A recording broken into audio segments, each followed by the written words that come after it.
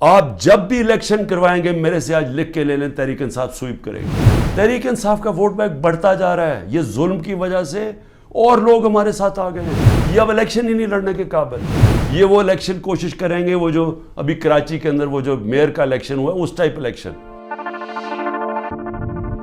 میں تیار بیٹھا ہوں، مجھے پورا پتا ہے کہ انہوں نے جیل کا پلان بنایا، میں تیار ہوں جیل کے لیے، لیکن اس سے کیا ہوگا؟ چل میں جیل چلا جاؤں گا، ڈسکوالیفائی کر دیں گے مجھے، اتنے کیسز ہیں کبھی بھی کر سکتے ہیں، اس سے کیا ہوگا؟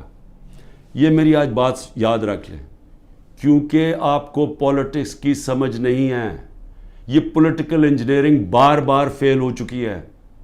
یہ جو آپ کرنے جا رہے ہیں، میری ذرا سن لیں بات، مجھے آپ ڈسکوالیفائی کریں گے، میں جیل میں ڈالو گے، تب بھی پی ٹی آئی جیتے گی۔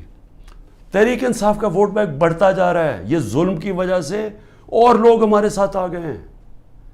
لوگ چھوڑ اس لیے نہیں رہے، لوگوں کو بھی پتہ ہے، نیچے سے پتہ ہے، پبلک ان کے ساتھ کھڑی ہے۔ ورکر کیوں نہیں چھوڑ کے جا رہا؟ ورکر جیلوں سے نکلتا ہے، اس کو سوچیں بری طرح رکھتے ہیں، وہ عدالت میں جاتا ہے، تحریک انصاف زندہ باد کے دعوے نکالتا ہے، وہ کیوں نہیں چھوڑا؟ کیونکہ قوم جب ایک نظریے کے ساتھ کھڑی ہو جائے، آپ ڈنڈے مار کے ان کو نظریہ نہیں ان سے نکال سکتے۔ یہ جو بھی پالیسی بنائی ہوئی ہے ظلم کرنے کی، یہ فیل ہو گئی ہے، یہ پالیسی کامیاب نہیں ہو سکتی۔ آپ جب بھی الیکشن کروائیں گے میرے سے آج لکھ کے لے لیں، تحریک انصاف سویپ کرے گی۔ بلکہ آپ نے پی ڈی ایم کا جنازہ نکال دیا ہے، آپ نے ان پارٹیز کو بالکل جو رہی صحیح کسر ہے ختم کر دی ہے۔ یہ اب الیکشن ہی نہیں لڑنے کے قابل، یہ وہ الیکشن کوشش کریں گے وہ جو ابھی کراچی کے اندر وہ جو میئر کا الیکشن ہوا ہے، اس ٹائپ الیکشن۔ وہ میئر کا الیکشن تو ہو سکتا ہے انڈائریکٹ، جب جنرل الیکشن ہوگا اس ملک میں 25 کروڑ لوگوں کا، وہ کوئی کنٹرول نہیں اس کو کر سکتا۔ جب بھی آپ الیکشن کروائیں گے ہارنا ہے۔ لیکن یہ ملک کا کیا بن رہا ہے؟ میں تو صرف اس لیے آج پوچھ رہا ہوں، میں بار بار ڈائلاگ کی بات اس لیے کرتا ہوں، مجھے اپنے ملک کی فکر پڑی ہوئی ہے، مجھے اپنی فکر نہیں ہے۔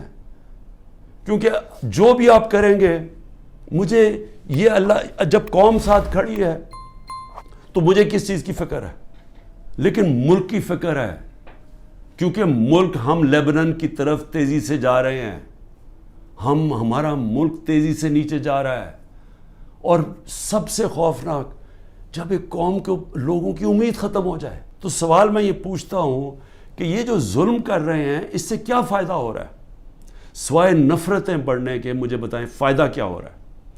جو بھی یہ پالیسی کر رہا ہے نا، اس پہ کوئی عقل نہیں ہے، اس کو کوئی پولیٹکس کی نہیں سمجھ، اس کو تاریخ کی نہیں سمجھ، وہ زیادہ پڑھا لکھا آدمی نہیں ہے، یہ کوئی احمق یہ چیزیں کروا رہا ہے۔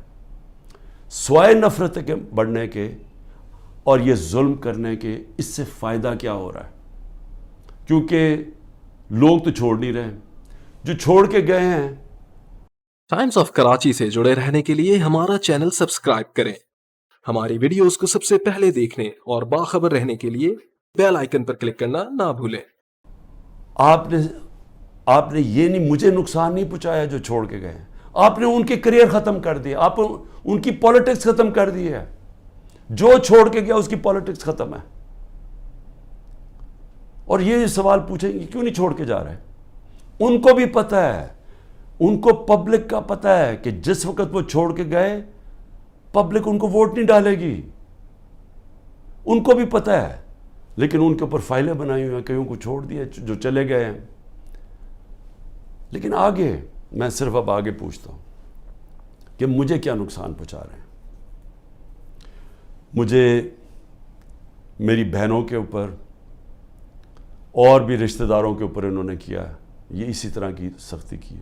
سب بیٹھے ہیں، ہم سہ رہے ہیں سب۔ میرے گھر ابھی تک سیکیورٹی کا جو چیف تھا وہ ابھی تک غائب ہوا ہے، اس کو اٹھا کے لے گئے۔ یہاں سے وہ آئے بچے بیچارے سوشل میڈیا کے پرسوں، ان کو پکڑ کے لے گئے۔ وکیل میرا آیا جو اس کا کوئی تعلق ہی پارٹی سے نہیں تھا، وہ اور اس کے ڈرائیور کو اغوا کر کے لے گئے، وہ رات تک اس کو رکھا۔ تو کیا میں اس سے ڈر جاؤں گا یا پیچھے ہٹ جاؤں گا؟